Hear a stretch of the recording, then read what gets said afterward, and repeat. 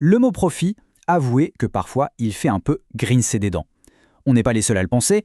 Aujourd'hui, on va explorer une idée assez provocatrice qui pourrait bien nous faire voir ce concept sous un tout autre jour. Allez, soyons francs.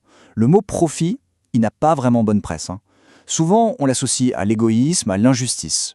Et c'est exactement de ce constat que part la source qu'on décortique ensemble aujourd'hui. C'est le point de départ de toute sa réflexion. Alors, la première question qui se pose, c'est pourquoi ce mot est-il si tabou? D'où ça vient? Pour pas mal de monde, la réponse est évidente. Le profit, c'est l'injustice. C'est cette idée qu'il y a toujours un gagnant et un perdant. Une vision du monde où la richesse de certains ne pourrait se faire que sur le dos des autres. Mais voilà, notre source, elle, prend le contre-pied total de cette idée. Et si le profit, ce n'était pas du tout un vol, mais plutôt la preuve d'un service rendu? Regardons cette définition de plus près. Bon, voilà, le cœur du réacteur. L'argument central, c'est ça. La transaction est libre, personne n'est forcé. L'acheteur donne son argent parce qu'il estime que ce qu'il reçoit en échange a plus de valeur. Et si on suit cette logique, eh bien le profit, ce n'est plus un vol. Ça devient la mesure quasi mathématique du service qui a été rendu. C'est fou, non?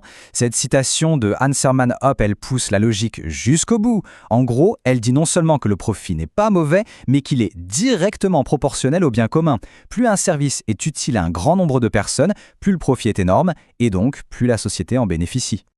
Ça vous paraît un peu abstrait tout ça? Pas de souci. La source utilise une analogie hyper simple pour que ce soit limpide pour tout le monde. L'exemple de la course en taxi. Le mécanisme est super clair. D'un côté, un passager qui a un besoin, de l'autre, un chauffeur qui a une solution, ils négocient, ils se mettent d'accord. À la fin, qu'est-ce qui se passe? Le passager gagne du temps et le chauffeur, lui, il gagne de l'argent. Le point le plus important ici, c'est qu'il n'y a pas de perdant. C'est ce qu'on appelle un échange gagnant-gagnant. Et c'est là que la source pose la question qui tue, vraiment. Si l'échange est volontaire et si les deux personnes en sortent satisfaites, où est le problème? Où est le vol? Où est l'injustice dans tout ça? Là, on voit parfaitement le clash entre les deux visions du monde. D'un côté, l'idée que le chauffeur accumule une richesse de manière égoïste, et de l'autre, la thèse de l'article, non, cette richesse n'est que la somme de milliers de petits services, de milliers de petits échanges où tout le monde était content. C'est la preuve visible de son utilité. Ok, maintenant, on change d'échelle. On quitte la simple course en taxi pour voir ce que ça implique pour la société tout entière.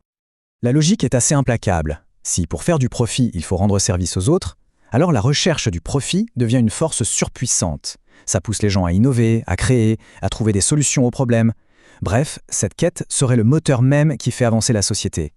Et cette définition de l'entrepreneur par Jesus Huerta de Soto, elle change tout. D'un coup, l'entrepreneur n'est plus un simple profiteur. Non, c'est quelqu'un qui agit, un visionnaire, un agent du changement. C'est la personne qui voit un problème aujourd'hui et qui se creuse la tête pour inventer la solution de demain. Et pour boucler la boucle, pour conclure son argumentaire, la source utilise une dernière métaphore, et c'est peut-être la plus puissante de toutes.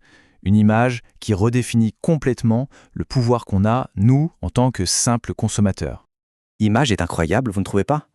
L'économie, ce n'aurait pas une jungle, mais une immense démocratie. Et dans ce système, chaque achat, même le plus anodin, est bien plus qu'une simple transaction. Ça veut dire que chaque fois qu'on sort sa carte bleue, on exprime une préférence. On vote. On vote pour l'entreprise, pour le produit, pour le service qu'on juge le meilleur.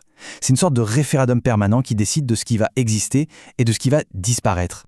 Et c'est cette question, un peu vertigineuse, qui vient conclure cette exploration. Si chaque euro dépensé est un bulletin de vote, alors à quoi ressemble le monde pour lequel on vote tous les jours sans même s'en rendre compte? Ça, c'est une idée qui mérite qu'on y réfléchisse.